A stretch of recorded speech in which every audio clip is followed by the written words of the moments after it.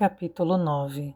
De onde estava, próxima à janela da sala de visitas, Fiona podia ouvir o farfalhar das folhas mortas sendo varridas ao longo da rua pela ventania.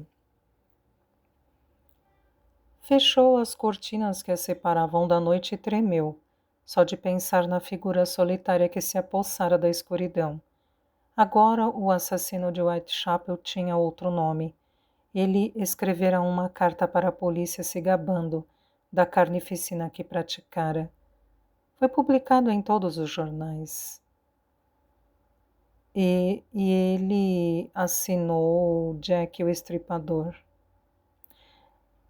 Foi proibida de sentar no degrau da escada da frente com suas amigas depois do anoitecer. E não podia mais ir sozinha ao rio. Agora ela era obrigada a ficar dentro de casa à noitinha, e não gostava nem um pouco disso. Ajoelhada perto do sofá, puxou debaixo dele uma caixa de charutos. Lá dentro havia algumas folhas de papel de carta e 2 envelopes que ela comprara para escrever a Joe e ao seu tio Michael. Voltou para a cozinha. O fogo ardia na lareira, toda a família estava em casa, exceto o pai que fora trabalhar. Curran, o capataz do Oliver, pediu para que ele substituísse o vigia, que se encontrava acamado com uma forte gripe. Fiona sentia a falta dele na casa, no seu lugar habitual, próximo ao fogo, mas o veria pela manhã. Ouviria quando ele chegasse. Ela gostava do barulho que ele fazia quando chegava em casa, o ruído dos passos nos paralelepípedos, o assovio. Isso a fazia se sentir segura. Pegou uma pena e um vidro de tinta no armário da cozinha e sentou-se à mesa. Sua mãe costurava. Charlie estava sentado na cadeira do pai e lia um livro sobre a América, que pedira emprestado ao Sr. Dolan, um vizinho. Em dias normais, teria saído com os amigos, mas com o pai e o tio Rod ausentes, ele ficou em casa para fazer companhia à mãe e não deixar que Jack escorregasse pela chaminé e assassinasse todos. Simi brincava com soldadinhos de chumbo, Eileen estava em seu cesto. Fiona pensou por um minuto o que escreveria para Joe. Não havia muito a contar. Pouca coisa acontecera em Montague Street nos poucos dias que passaram depois que o tinha visto. A única novidade era o noivado deles.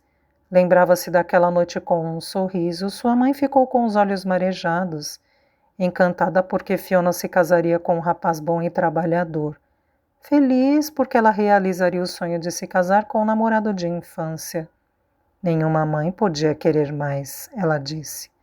Se todos os seus filhos conseguissem parceiros iguais, ela se consideraria realmente uma mãe de sorte.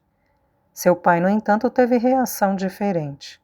Quando ela mostrou o anel e contou a novidade, ele sentou-se irritado e calado em sua cadeira. Depois que Joe saiu, fez questão de frisar que ela só tinha 17 anos e que era muito jovem para casar. E disse que esperava que ela tivesse um noivado longo, porque, para ele, as moças só deveriam casar a partir dos 19 anos. Sua mãe fez um sinal para que ela ficasse quieta para não iniciar uma discussão. Mais tarde, quando ele saiu para o pub, ela tranquilizou Fiona, dizendo que a relação dele refletia o medo de perder a filhinha. Dê um tempo para que ele se acostume com a ideia, ela disse. Pelo menos uma vez Fiona seguiu o conselho da mãe. Não entraria em bate-boca mesmo que, de repente, ele decidisse que a melhor idade para casar era com 30 anos. No dia seguinte, ele convidou Joe para uma cerveja. Ela não soube o que se passou entre eles. Só notou que o pai estava de bom humor quando voltou para casa. Nos dias que se seguiram, ele mudou de 19 para 18 anos. Era desse jeito que se lidava com os homens? Ela se perguntava. Assentir, concordar, dizer o que eles querem ouvir e depois fazer as coisas conforme o planejado? Era assim que sua mãe lidava com seu pai. Ela levou a pena à folha de papel e começou a contar para Joe como o pai tinha mudado intimamente. Está escrevendo para quem, Fi? Perguntou Charlie. Para o Joe e para o tio Michael. Posso escrever uma página para o tio Michael depois que você acabar? Ela murmurou, debruçando-se sobre o papel e escrevendo com cuidado para que a pena não vazasse tinta. Eu gostaria que seu tio e sua tia estivessem aqui, Kate suspirou. Especialmente agora que vão ter um filho. Ele será primo de vocês, ou ela. O irmão do pai de vocês é um homem adorável. E se me lembro bem, também é um pouco endemoniado, mas agora ele já deve ter se aquietado. Suas palavras foram cortadas por fortes batidas na porta. Eita! Exclamou Charlie, levantando-se de um salto. Senhora, senhora! Gritava um homem. Abra a porta! Fica aí, mãe, disse Charlie, enquanto se dirigia para o saguão de entrada. Em poucos segundos ele estava de volta, seguido por um policial. Senhora Finnegan? Perguntou o policial, quase sem fôlego. Eu sou o policial Collins, sim? Disse Kate de pé. A senhora tem que vir rápido, madame, é o seu marido. Meu Deus, o que houve? Ele sofreu um acidente nas docas. Eles o levaram para o hospital. A senhora pode vir comigo depressa? O que aconteceu? Gritou Fiona. A pena caiu de suas mãos, espelhando tinta sobre o papel. Uma mancha horrível espalhou-se pela página. Ele caiu, senhorita, de um dos andares, disse o policial. Ela o olhou, esperando que ele terminasse. O prédio do Oliver era alto, 6 andares. Podia ter sido do primeiro andar. Oh, meu Deus, faça com que seja o primeiro andar, ela rezava. O policial olhou para o vazio. Do 5º andar. Não! Gritou Kate, cobrindo a face com as mãos. Fiona correu até a mãe e amparou-a, impedindo que ela caísse ao chão. O oficial olhou para Charlie. Por favor, meu filho, não temos muito tempo. Charlie entrou em ação. Mamãe, mamãe! Ele gritou. Coloque o chale, Fi. Agasalhe Eileen. Venha aqui, Simi. Enquanto ele calçava as botas de Simi, Fiona amarrava o chale da mãe em torno dos ombros. Depois pegou Eileen no colo, agasalhou-a com uma manta, apagou os lampiões e abafou o fogo. O oficial Collins levou Kate para fora. Charlie correu até a casa dos Bristol. Em minutos, o Sr. Bristol estava em seu galpão no extremo da rua, atrelando seu cavalo. O barulho e a comoção atraíram os vizinhos para fora. Annie Dolan aproximou-se às pressas. Fiona, o que é isso? O que houve? Ela perguntou. O meu pai sofreu um acidente. Nós vamos para o hospital. Olhe aqui. A senhora Dolan enfiou a mão no bolso da saia. Aqui tem dinheiro para alugar uma carroça. Muito obrigada, senhora Dolan, mas o Sr. Bristol já está vindo com a carroça dele. Ouviram o tropel de cavalo no final da rua. E pouco depois Peter Bristol estava na porta deles. Rosie Bristol saiu para a rua e tentava confortar Kate. Sobe depressa e senta ao lado do Peter, ela disse. Irei em seguida. Logo que consiga ajeitar as crianças, vai dar tudo certo. O seu pad é duro na queda. O policial Collins ajudou Kate a subir e depois se ajeitou na parte de trás da carroça com Fiona, Charlie e as crianças. O Sr. Bristol gritou a ordem de partida para o cavalo e o chicoteou. A carroça deu um solavanco para a frente. Enquanto trotavam ao longo das ruas escuras, Fiona, com Eileen nos braços, olhava para Charlie, que segurava no colo o apavorado Simi. Não ousara enunciar seus pensamentos, com o medo de que pudessem preocupar ainda mais a mãe. Mas os seus olhos diziam para o irmão que ela estava aterrorizada. Ela ouviu o Sr. Bristol exigindo o máximo do cavalo ao mesmo tempo em que conversava com Kate. Depois ouviu o barulho do tráfego e, quando viu que as ruas estavam mais iluminadas, se deu conta de que se aproximava de Whitechapel Road. Seus pensamentos fervilhavam. Como o pai dela pôde ter caído? Ele conhecia o armazém do Oliver como a palma da mão. Somente os loucos e os bêbados tombam assim. Talvez ele tenha sido amparado por uma pilha de sacos ou por rolos de corda, alguma coisa que pudesse amenizar a queda. Talvez ele não tivesse tão mal como o policial tinha dito. Ela recomeçou a rezar com fervor para Jesus, para a Virgem Maria, para São José, para São Francisco, para todo santo que lhe vinha à cabeça, pedindo por ajuda, por favor, ajuda para o Pai. Finalmente a carroça parou na frente do hospital. Charlie pulou para fora com ela ainda em movimento. O policial Collins fez Simi saltar. Fiona desceu com Aileen nos braços.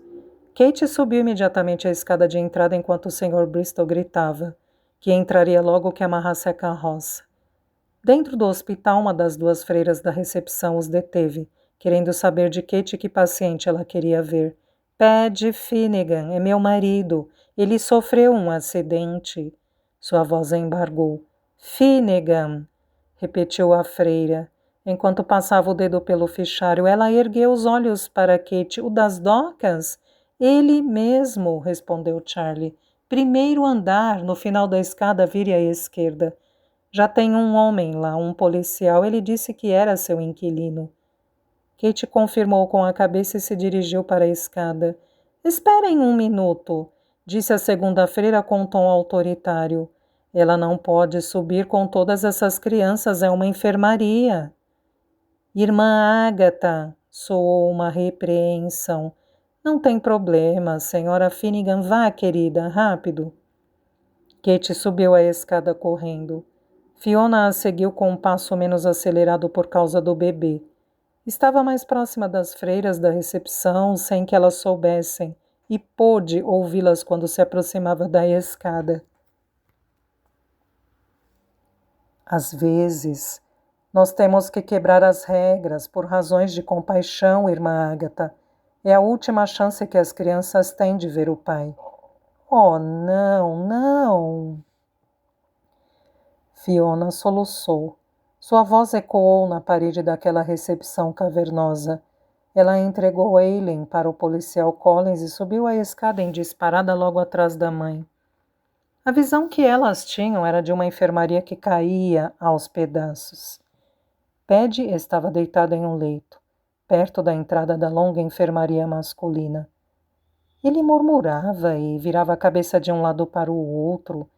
Sua respiração era superficial e difícil, e seu rosto pálido estava encharcado de suor. À medida que se aproximavam, ele era tomado por dores lancinantes. Contorcia-se e implorava para que a dor parasse.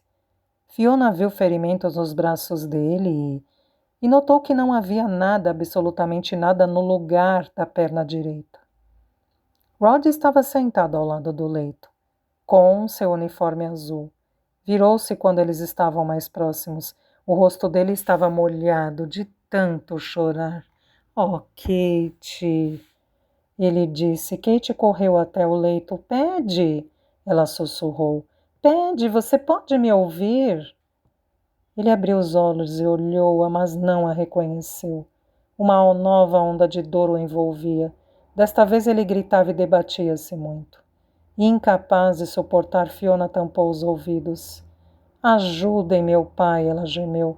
Por favor, alguém ajude meu pai.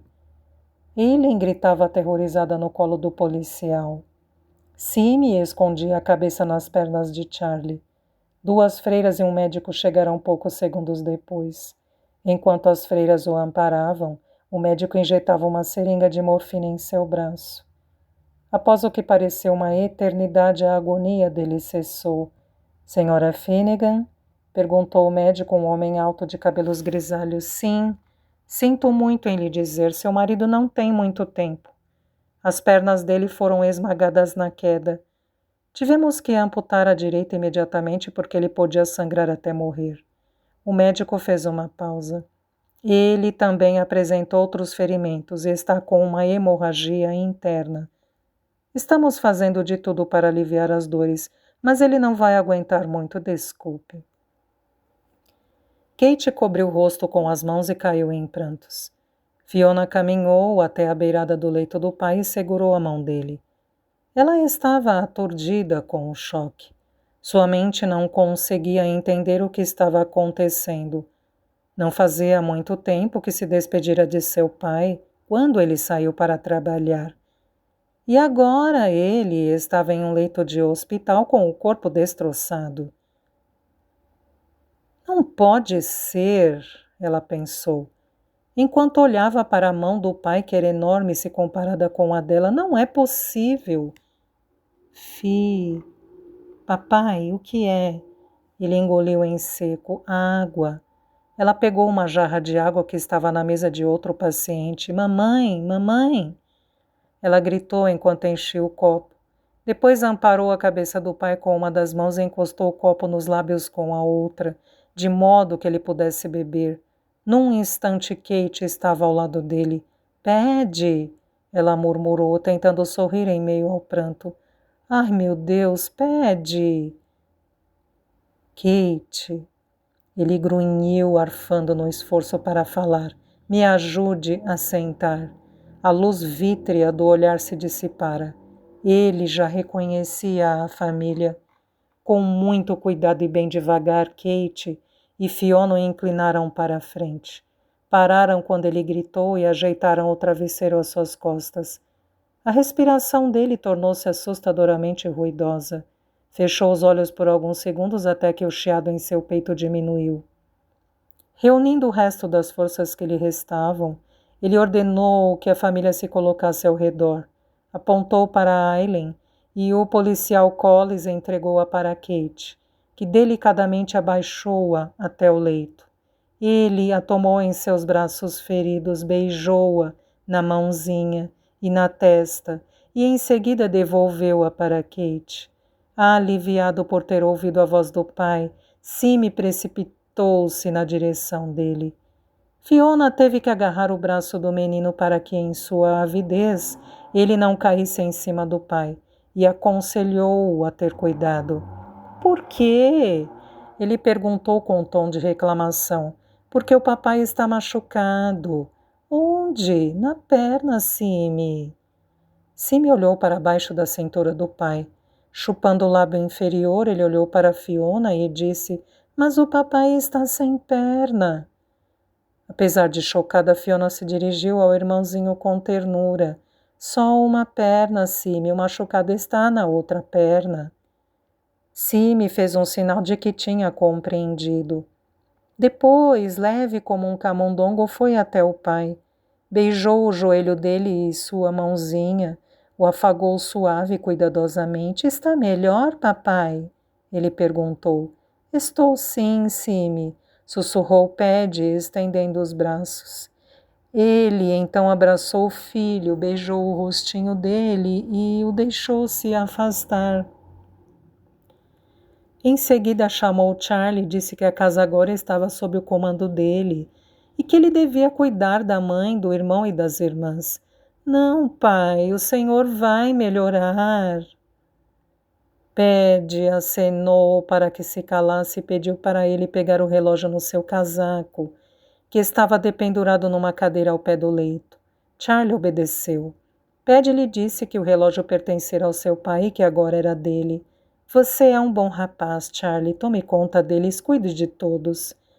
Charlie assentiu e afastou-se para o outro lado do leito. Seus ombros tremiam.